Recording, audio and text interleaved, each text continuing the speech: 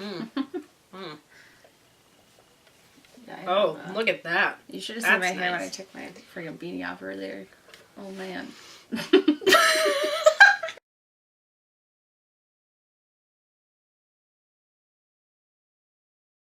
Hey, welcome back to Literally No Idea. If you haven't read my blog about why I've been AWOL for a month, it is up on literallynoidea.com. Go and check it out. Basically, long story short, I've been all over hell and back, so now I am back in great old Idaho with my best friend, Randi.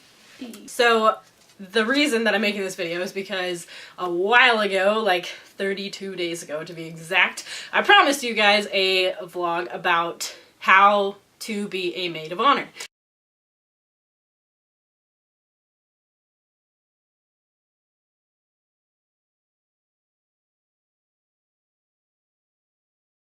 I guess what most people kind of start, like, when you were planning your wedding, did you plan on having a Maid of Honor, or were you just looking at, like, having people to help you, or how did that work? Well, I knew I wanted a Maid of Honor, because they're the ones that typically do all the things. She's not lying. Was there anything that you looked for, like, when you picked moi? How did you come up with the idea to ask me to be your Maid of Honor? Just randomly.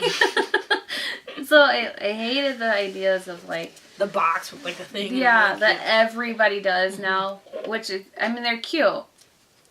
I had one that, like, somebody asked me to be their bridesmaid. Yeah. And it was, like, it's cute. It's cute. But it is done a lot. A lot. Yeah. And, I'm not gonna lie, I was looking at those, and I was like, meh.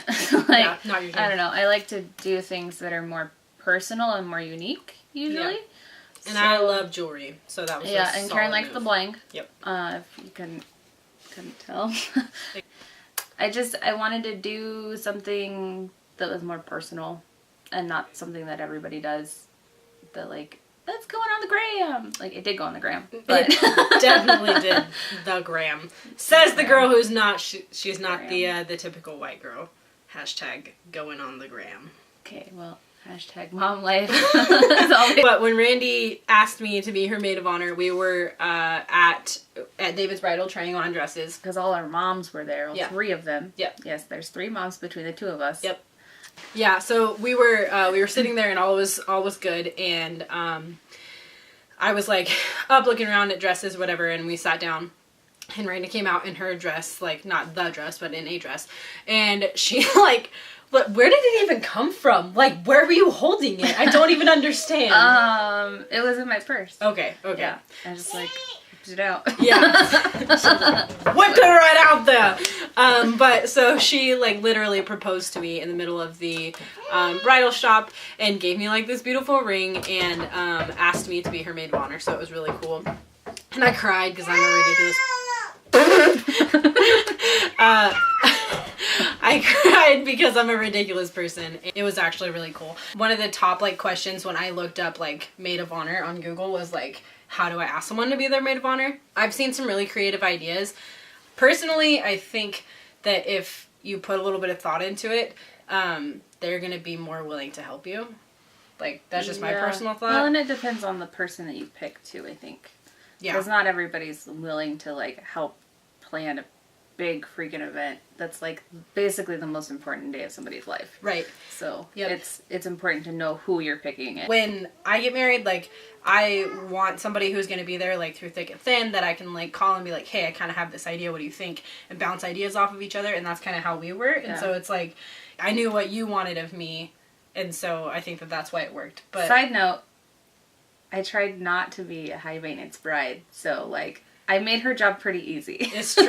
Literally the only time, everything was great, the only thing that was kind of like a minor, like, meh! And that's all it was, and then it was right back down, was we were working on our centerpieces. Yeah. And, like, but that was, like, the day before the wedding or something. And I just wanted it to look a certain way, and it wasn't working the way I wanted it to, and that's always annoying and if it was me, I would have cried. And Randi was just like, this isn't working. We're gonna figure something out. And we did. And it turned out awesome. And it was awesome. And for the first time in forever. We didn't really, like, set aside time. Yeah. really for anything, but we also live together. And so it's a little impossible to like sync schedules, yeah. Especially with us both working and you working like 8 jobs. Yeah. So there's that. Be available.